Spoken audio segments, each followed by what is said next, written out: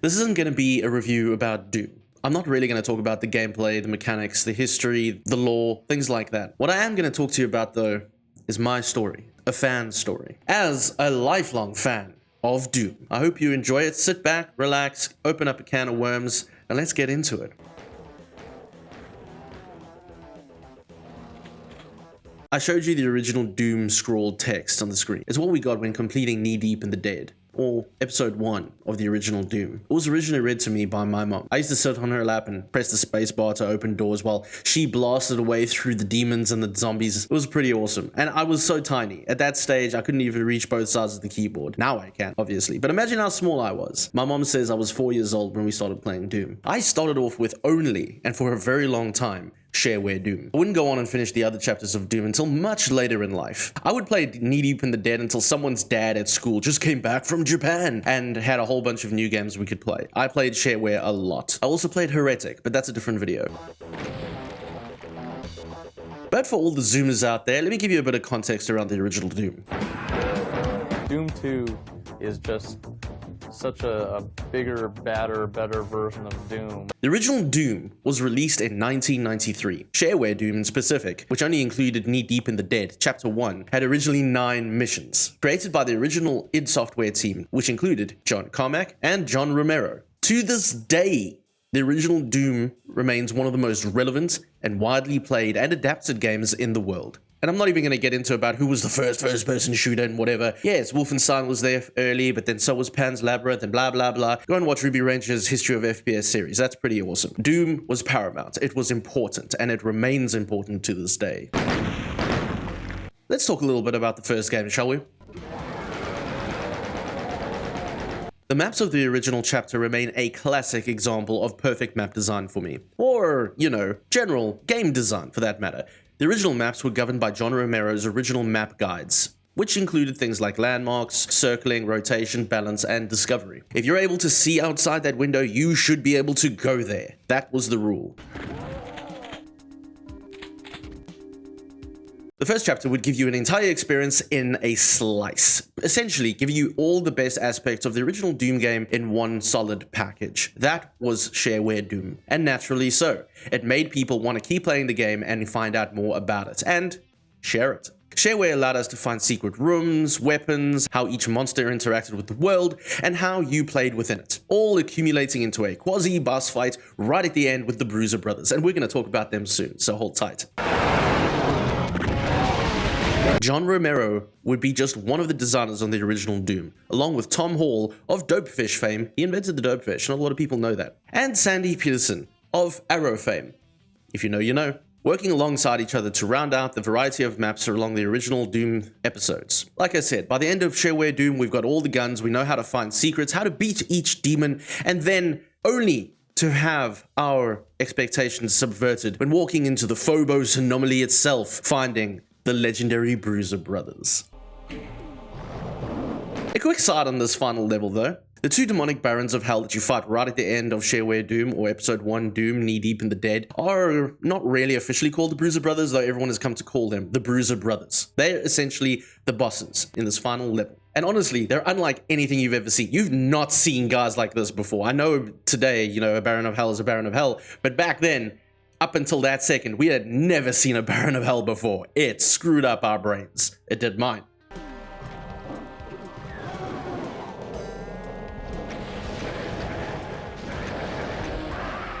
When we meet up with the Bruiser Brothers, we've got specters moaning in the background, the walls are coming down around us, the drama! The Phobos anomaly is easily one of the best levels in the original Doom. And, what I thought was a nice touch, it was actually created by all 3 primary designers, Romero, Hall, and Peterson. Oh, by the way, sure, if you never found any of the secrets leading up till here, you should have just enough rockets to beat the Bruisers. Though, when you start to play the game more often and you find out all the secrets, you have actually more than enough rocket ammo to take out the Bruiser Brothers quite quickly. Oh, the lights turned on. I remember back when my mom and I first went up against the Bruiser Brothers, we didn't know about them. So we had used our rockets here and there, and it turned out that we need to replay the entire game again. We didn't know about secrets either. We were still so vanilla. It was hilarious. But we worked up the entire game just to save up those rockets to take down the Bruisers. And I remember that night that we did. It was ridiculous. By the time we finished that level and we beat the Bruiser Brothers and finished the game, we kind of didn't really have much to do, so we went to bed, but we had to wait a whole day to do that. My mom and I played at night, and I had a sleep curfew, and yeah, like I said, simpler times, but good times. And like I said, when you've defeated the Bruiser Brothers, you just have to hop, skip, and a jump over to the weird teleporter there, and there you die. Which was a shock at first. I remember trying many times to beat that last little section there, and only Zero Master has really recently figured that out for the reference. But you actually can't win that part. You do die. And that was always a weird ending for me, but hey, it was what it was. Looking back, my childhood was pretty hectic that way. My mom and I played so many games like that. I played Doom 1, Shareware Doom, Heretic, Warcraft, first Warcraft, Orcs and Humans. We had one demo disc from, I don't even know where, somewhere, that had only these 3 games on it, and I can tell you what now, I played all 3 of those games on repeat until I couldn't finish them anymore, and then eventually I got a PlayStation 1, I think, but you know. But those are the moments I cherish.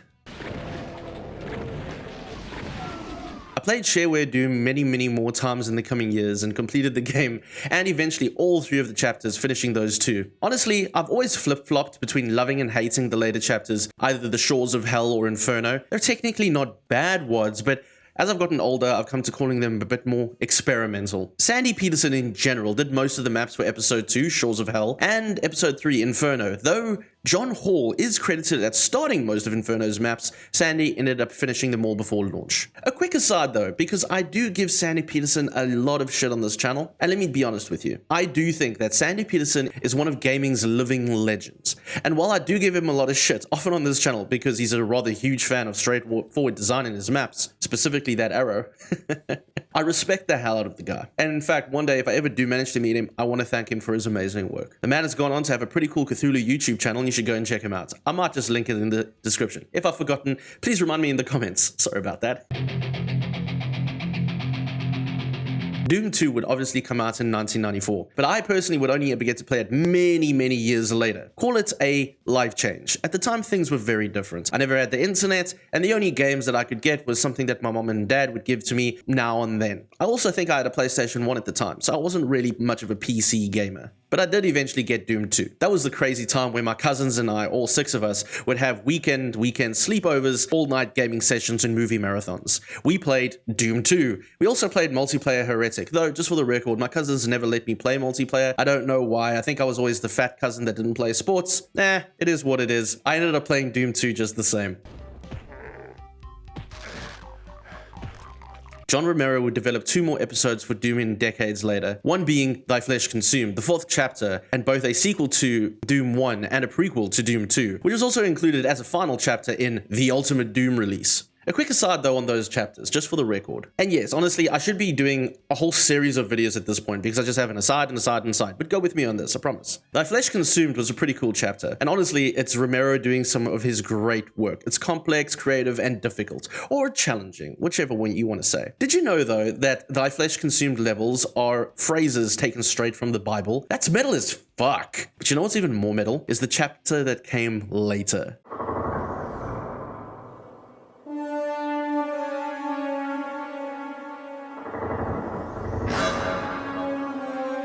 Yes, Sigil. Now, Sigil is my favorite chapter. It's quintessential Romero. And it was published by Romero himself in 2019. And it would be considered amongst the Doom community as one of the greatest WODs ever to be created for Doom. Not only is Romero's work at its finest here, the maps are also supported by the beautiful sounds of Jimmy Paddock and Buckethead. A excellent soundtrack. For me, and I think for most people, Sigil right now is the best way to experience classic Doom. Though that might be until Sigil 2 comes out. Speaking of Romero, and I really want to because I'm a fan, His hands have been hard at work, running his own company with his wife Brenda, Romero Games. He's also been live streaming the development of Sigil 2, getting ready for Doom's 30th year anniversary, and apparently a new series of megawads called Helion. And he's also recently published a book called The Doom Guy, which I highly recommend anyone listen to, or read for that matter, if you're a fan of Romero and what he does. Also, he once joined one of my live streams here on this channel when I was playing One Humanity, and it was really him. I couldn't believe that, and it was just amazing. Romero is a legend,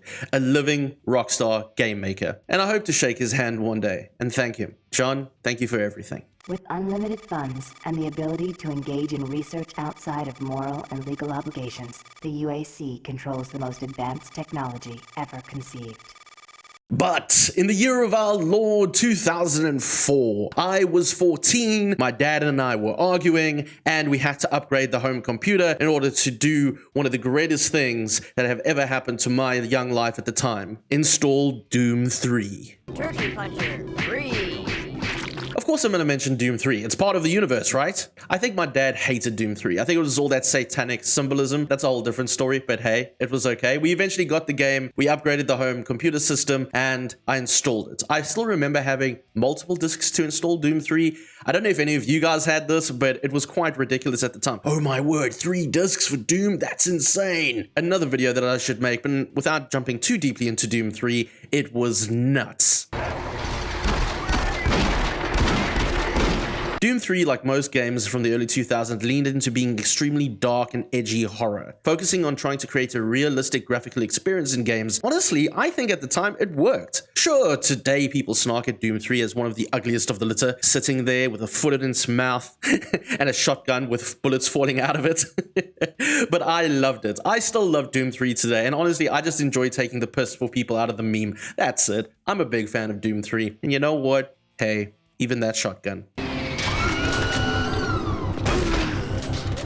Doom 3's expansions, Resurrection of Evil, and later The Lost Sectors, just enhanced that Doom 3 universe. While not perfect, my teenage emo kid Hyacsho self was gripped by the horror of that game after school. And today, Doom 3 still hosts a dedicated modding and multiplayer community, with some rather interesting mods that I really want to look into myself. Personally, I think The Lost Sectors of Doom 3 is the best version of Doom 3. You kind of feel they got the balancing right, the movement, the lighting, and the gameplay. Go and check out The Lost Sectors if you haven't. They're not very long and it's not much of a story, but hey, it's a good fun time. Over the next few decades, I would consider this my weird gaming phase. And without getting into the boring shit, these were the dark ages of my gaming life. Because I was casually gaming. Everything from PlayStation 2, Xbox 360, most of my time was actually spent studying or running my own business or anything that was not gaming.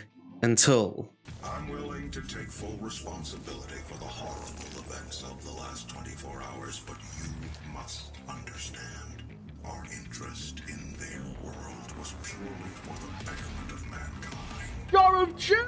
Everything has What's clearly that? gotten out of hand now, yes. But it was worth the risk, I assure you.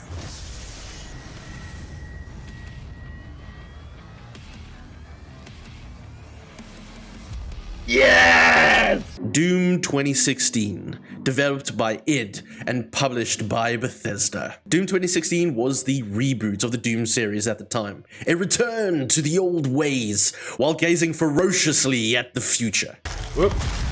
Oh no. Oh, one shot! Doom 2016's focus was on immensely satisfying action and gameplay, while still being embedded in a horror universe somehow. More graphic, more violent, more aggressive. No longer do you fear the dark. Now, the dark fears you. It incorporated the speed of the classics and the horror of number 3, with honestly, in my opinion, one of the best soundtracks in gaming. And I'll say it again, I freaking love Doom 2016's soundtrack. I think it is 10 out of 10, 11 out of 10, the best soundtrack. Doom Eternal comes pretty damn close, but for me, 2016 just, it's just there. Like, he didn't choose violence, and violence chose him. Fuck you!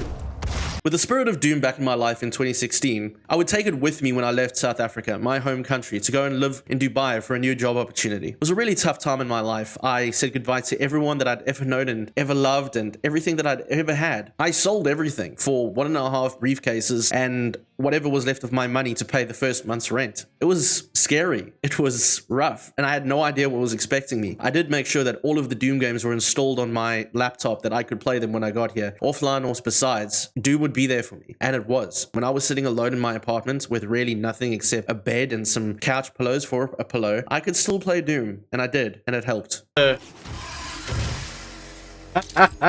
Looking back, I suppose it was a bit silly to think that Doom Eternal wouldn't be released in Dubai, but with all its gore and demonic themes, I was a little nervous. I was a bit scared that it wouldn't be out here, you know? But I even emailed Bethesda and id, and I was like, hey guys, listen, would you be releasing it here in Dubai? Would there be a problem? They eventually got back to me, and they were very polite. They were just like, hey, listen, we're releasing Doom Eternal everywhere. I feel they have an American accent. We're releasing Doom Eternal everywhere. And they did. The only caveat there was that, hey, we can't be responsible if the local government doesn't want to let you see it. I'm like, that sucks. But hey, Doom Eternal released, and holy hell, was it epic.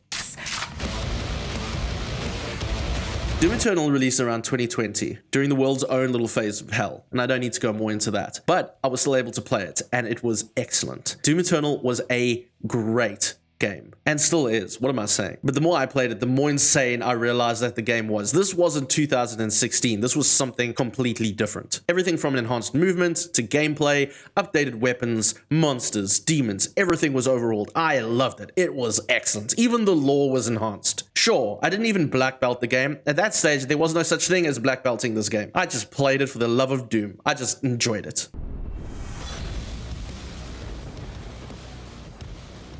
John Romero once said that Doom is timeless, in response to an article claiming that Doom took place in March 2022. But I think he's right regardless. Doom is timeless. It gave my mom and I some of our happiest moments. It helped me find amazing friends. It helped me through my lowest points. It sparked a universe of creativity and joy in me when there was nothing left of it in the world. And today, on Doom's 30th anniversary, I'm excited to say it too. Doom is timeless. Doom is eternal. Doom is infinite. A game that is more than just a game that changed the world. A game that changed my world. I want to thank you all for watching and listening. I wasn't sure what I was going to do for Doom's 30th anniversary, and honestly, I'm still nervous as hell about this video. I was kind of inspired by Under the Mayo's video around Mortal Kombat, his fan story, and I'm glad. Yeah, I could make a review around Doom, sure, and I should actually. But on this massive occasion, I wanted to share my story with you. And I really hope to do more Doom content in the future. I mean, we do a lot of Doom content on this channel already, but I want more, don't you? Please don't forget to subscribe to my channel and hit the notification bell. I'm trying to get to 1,000 subscribers. I don't think we're going to make it before the end of the year, but hey, we're going to give it our best try. So if you like what I do here, please subscribe to see more. A quick, ultra-violent shout out to my beloved patrons. You are the quad power-up of my life. Thank you for watching, everybody. Until next time, please take care, rip and tear. Cheers. Hell yeah. Ooh-ah.